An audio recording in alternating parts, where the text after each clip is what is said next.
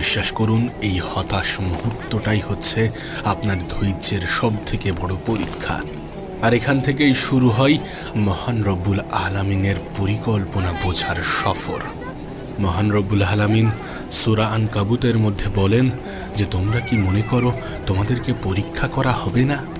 আপনি সঠিক পথে আছেন বলেই আল্লাহ পাক আপনাকে একটু দেরিতে ফল দিচ্ছেন, কিন্তু সেটা অনেক বড় করে দিচ্ছেন।